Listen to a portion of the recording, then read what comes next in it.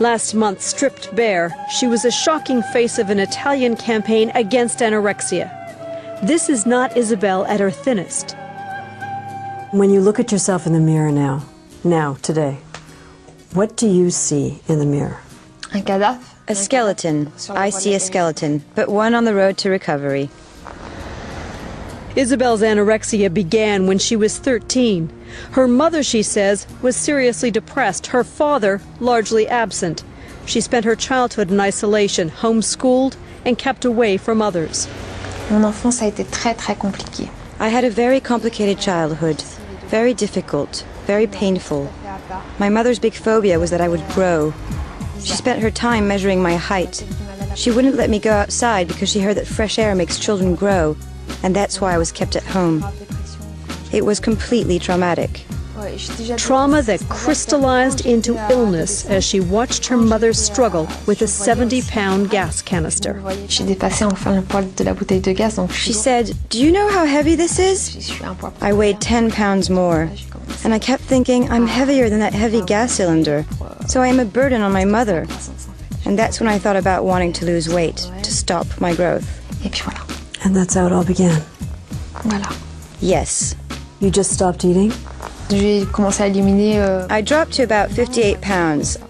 I gradually stopped eating anything. My meal was reduced to 2 squares of chocolate and 5 cornflakes. That's all I ate all day. 4 or 5 cornflakes and 2 little tiny pieces of chocolate for the whole day. 18 months ago, at 55 pounds, Isabelle collapsed into a coma. And she finally understood the truth about anorexia, that it is a serious mental illness that kills more than 10% of sufferers.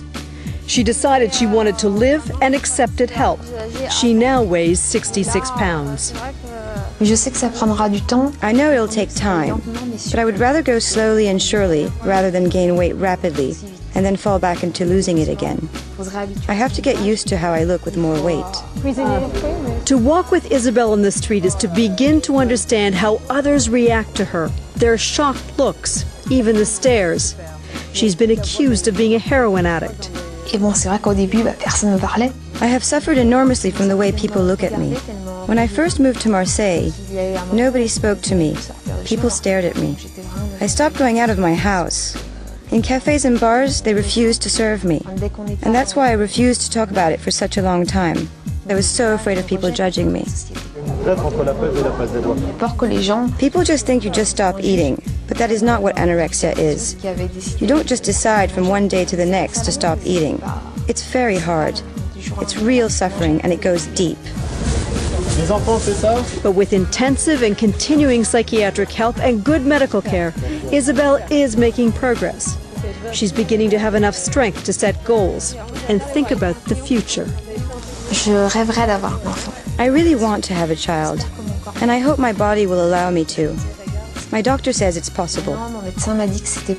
It is possible. C'était possible. Yes, it's possible. I'm still not having periods. My body is too weak, but he says it is possible. I'm with somebody now. I don't want to say very much because it's a bit complicated. At the moment, it's more an affair of the heart than a physical relationship. Because simply, I'm still very thin, and it's still very difficult to enjoy normal physical relations with such a tiny body, and a man who is a normal size. I'm still nervous about having sex. What do you see in your future? First of all, to be able to live. So I am trying to get better and to show that you can get better. You can get better by fighting and believing, and by living your passion. And the theater is my passion, and I hope to be able to realize my dream to continue with that passion. Isabelle has had some good news. The top-ranked drama school in France where she studied has agreed that she can return to class to live her passion.